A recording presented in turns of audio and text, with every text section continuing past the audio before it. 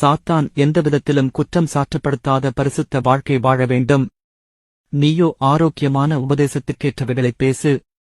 முதிர்வயதுள்ள புருஷர்கள் ஜாக்கிரதை உள்ளவர்களும் நல்லொழுக்கம் உள்ளவர்களும் தெளிந்த புத்தி உள்ளவர்களும் விசுவாசத்திலும் அன்பிலும் பொறுமையிலும் ஆரோக்கியமுள்ளவர்களுமாயிருக்கும்படி புத்தி சொல்லு.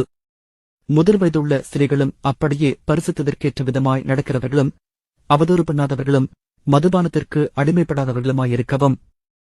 தேவவசனம் தூஷிக்கப்படாதபடிக்கு பாலிய ஸ்திரீகள் தங்கள் புருஷரிடத்திலும் தங்கள் பிள்ளைகளிடத்திலும் அன்புள்ளவர்களும் தெளிந்த புத்தியுள்ளவர்களும் கற்புள்ளவர்களும் வீட்டில் தரித்திருக்கிறவர்களும் நல்லவர்களும் தங்கள் புருஷருக்கு கீழ்ப்படுகிறவர்களுமாயிருக்கும்படி அவர்களுக்கு படிப்பிக்கத்தக்க நற்காரியங்களை போதிக்கிறவர்களுமாயிருக்கவும் முதிர்வயதுள்ள ஸ்திரீகளுக்கு புத்தி சொல்லு.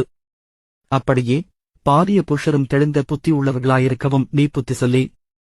எதிரியானவன் உங்களைக் குறித்து பொல்லாங்கு சொல்லுகிறதற்கு ஒன்றுமில்லாமல் வெட்கப்படத்தக்கதாக உபதேசத்திலே விகற்பமில்லாதவனும் நல்லொழுக்கமுள்ளவனும் குற்றம் பிடிக்கப்படாத ஆரோக்கியமான வசனத்தைப் பேசுகிறவனுமாயிருப்பாயாக.